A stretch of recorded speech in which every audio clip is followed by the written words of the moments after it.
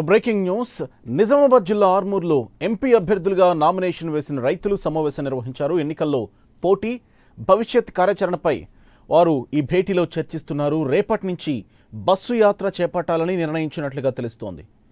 రైతునే పార్లమెంటుకు పంపాలంటూ గ్రామాల్లోకి వెళ్లి ప్రచారం చేసే దిశగా వ్యూహాలు సిద్ధం చేస్తున్నారు. ఆ నేపథ్యంలోనే ఇవాళ నిజామాబాద్ జిల్లా ఆర్మూర్లో ఈ రైతులంతా ఎవరైతే నామినేషన్ వేశారో వాళ్ళంతా సమావేశమైనట్లు తెలుస్తోంది.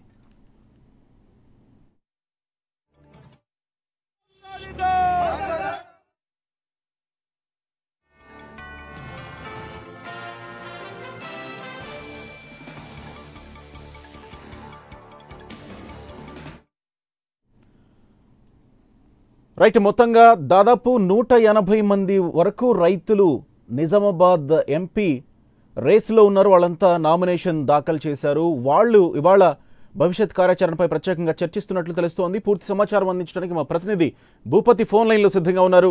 భూపతి, ఎక్కడ వీళ్ళు భేటీ అయ్యారు? ఎలాంటి అంశాలు వీళ్ళ భేటీలో చర్చకు వస్తున్నాయి? Good evening Gopi. నిజామాబాద్ లోక్సభ స్థానానికి 185 మంది అభ్యర్థులు దాఖలు చేయడంతో సర్వత్రా చర్చనీయాంశంగా మారింది. ముఖ్యంగా 175 మంది రైతులు, పసుపు ఎర్రజొన్న రైతులు నామినేషన్లు దాఖలు చేశారు. అయితే ఈ రోజు నిజామాబాద్ జిల్లాలోని ఆర్మూర్ క్షత్రియ కళ్యాణ మండపంలో రైతులు అభ్యర్థులు సమావేశమయ్యారు. సమావేశంలో పలు అంశాలను చర్చించారు. ఎన్నికల్లో ఎలా ఉండాలా, ఎలా పోటీ చేయాలనే అంశంపై వారి మధ్య చర్చ జరిగింది. అయితే ఎన్నికల్లో పోటీ విషయమై అభ్యర్థుల్లో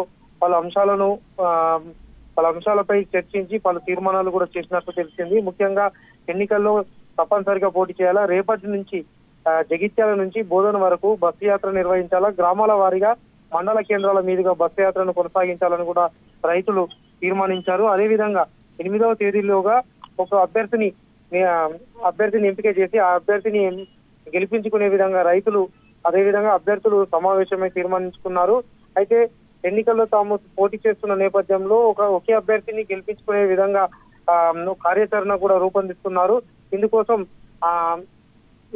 లోక్సభ నియోజకవర్గ పరిధిలోని 5 నియోజకవర్గాలకు సంబంధించి రైతు ప్రతినిధులు అదేవిధంగా పోటీ చేస్తున్న అభ్యర్థులు భేటీ అయ్యారు. అయితే ఇందుకోసం భారీ ఎత్తున ఏర్పాట్లు చేసి బస్సు యాత్ర కూడా సన్నాహాలు చేస్తున్నారు. రేపటి నుంచే బస్సు యాత్ర చేసి గ్రామాల వారీగా రైతులను చైతన్యం చేయడం, రైతు ప్రతినిధిని గెలిపించుకునే విధంగా కార్యాచరణ రూపొందిస్తున్నారు. గోపి, భూపతి, ఒకే వ్యక్తిని అక్కడ ఎంపీగా గెలిపించాలని వీళ్ళంతా ప్రచారం చేయబోతున్నారంటే దాదాపు 175 మంది రైతులు అక్కడ నామినేషన్ దాఖలు చేశారు. ఇప్పటికే ఈసీ కూడా దానికి సంబంధించి బ్యాలెట్ పేపర్స్ కూడా సిద్ధం చేసినట్లు తెలుస్తోంది. ఈవీఎంలలో అన్ని పేర్లు ముద్రించలేని పరిస్థితి ఉంది కనుక, సో ఈ నేపథ్యంలో అందరూ కలిసి ఒక వ్యక్తి తరపునే ప్రచారం చేయబోతున్నారా? వీరి ప్రచారానికి సంబంధించి ఎలా ముందుకు వెళ్ళాలనుకుంటున్నారు వాళ్ళు?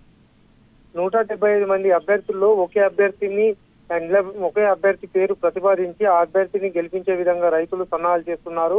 అయితే ఈవీఎంలతో నిర్వహించాలా, బ్యాలెట్ పత్రాలతో నిర్వహించాలనేది ఇప్పటికీ ఎన్నికల కమిషన్ స్పష్టత ఇవ్వలేదు. అయితే ప్రస్తుతం కొత్త ఈవీఎంలు బేల్ కంపెనీకి చెందిన M3 ఈవీఎంలు అందుబాటులోకి వచ్చాయని, దీని ద్వారా 383 మంది అభ్యర్థులు ఒకే ఈవీఎంలో ఉండే విధంగా చర్యలు చేపడుతున్నట్లు కూడా మనకు సమాచారం అందుతుంది. ముఖ్యంగా బ్యాలెట్ పత్రాలకు బదులుగా ఈవీఎం కూడా ఏర్పాటు చేస్తే ఏ విధంగా ఉంటుంది, బ్యాలెట్ రూపొందిస్తే ఏ విధంగా ఉంటుందనే కోణంలో ఇటు ఎన్నికల సంఘం అధికారులు సన్నాహాలు చేస్తున్నారు. ఇప్పటికే రైతులు మాత్రం ఒకే తాటిపై ఉండి తమ పసుపు పంటకు మద్దతు ధర, గిట్టుబాటు ధర సాధించుకోవడం కోసం పసుపు బోర్డు ఏర్పాటు విషయమై ఇప్పటికే స్పష్టతతో ఉన్నారు.